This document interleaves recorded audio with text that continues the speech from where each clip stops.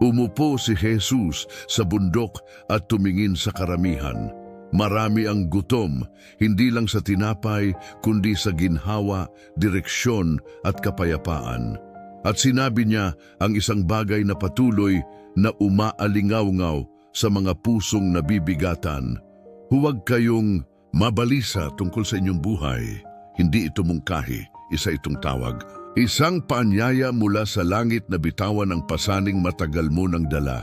Palagi kang nag-aalala tungkol sa kakainin mo bukas, sa iyong susuotin, sa mga bayarin, at sa mga suliraning tila walang katapusan. Minsan, napapaisip ka, nakikita ba ako ng Diyos? May pakialam ba siya? At itinuro ni Jesus ang mga ibon.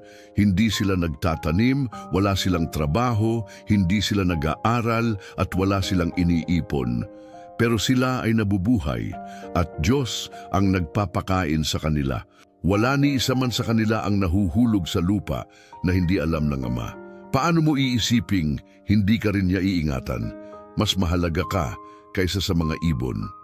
Nagpatuloy si Jesus at tinukoy naman ang mga liryo, mga bulaklak sa parang napanandalian. Lang ang buhay, hindi sila nagtatrabaho o naghahabi ng damit, pero nadadamitan sila ng kagandahang hindi kayang tapatan kahit ni Haring Solomon.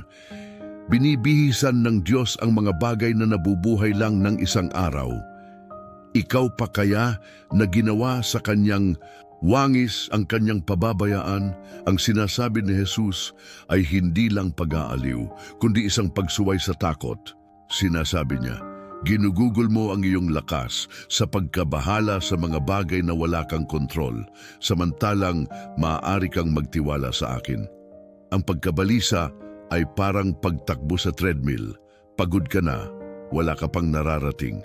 Habang ang mundo ay abala sa paghahanap ng kayamanan, katanyagan, kagandahan at seguridad, tinitingnan ka ng anak ng Diyos sa mata at sinasabi, unahin ninyo ang kaharian ng Diyos at ang kanyang katuwiran.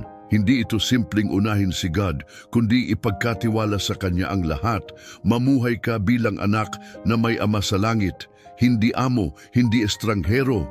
Ama, nakikita ka niya, alam niya ang pangangailangan mo.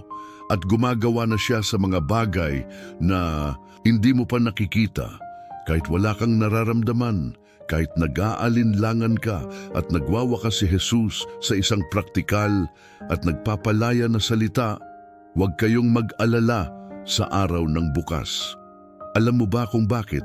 Dahil ang bukas ay hindi pa dumarating. Ang meron ka ay ngayon.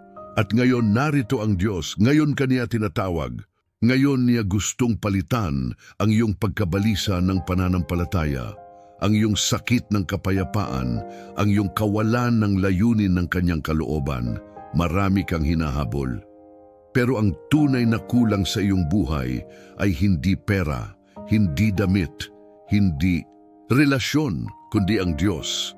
At hindi siya malayo. Nasa pintuan siya ng iyong puso kumakatok. Maaaring narinig mo na siya. Maaaring nakapunta ka na sa simbahan. Pero hindi mo pa siya lubusang isinuko. Hindi mo pa nasabi, Jesus, gusto kitang sundan. Ako'y sumusuko. Ngayon ang tamang oras, hindi bukas, ngayon. Ang kaharian ng Diyos ay nasa harapan mo. Nakahanda na ang katuwiran ng Diyos para balutan ka at nakaunat na ang kanyang biyaya. Kung nais mo, maaari mong ibigay ang lahat sa Kanya. Ngayon, manalangin tayo, Panginoong Jesus. Inaamin ko na ako'y makasalanan at sinubukan kong mabuhay sa sarili kong lakas. Ngunit ngayon naunawaan kong ikaw lamang ang may mga salita ng buhay na walang hanggan. Patawarin mo ako sa aking mga kasalanan. Hugasan mo ako ng iyong banal na dugo. Bigyan mo ako ng bagong puso. Tinatanggap kita bilang aking Panginoon at tagapagligtas. Isulat mo ang pangalan ko sa aklat ng buhay. Turuan mo akong mamuhay para sa iyong kaharian. Ngayon, ako'y nagtitiwala. Ngayon, ako'y sumusuko. Ngayon, ako'y iyo na sa pangalan ni Jesus. Amen.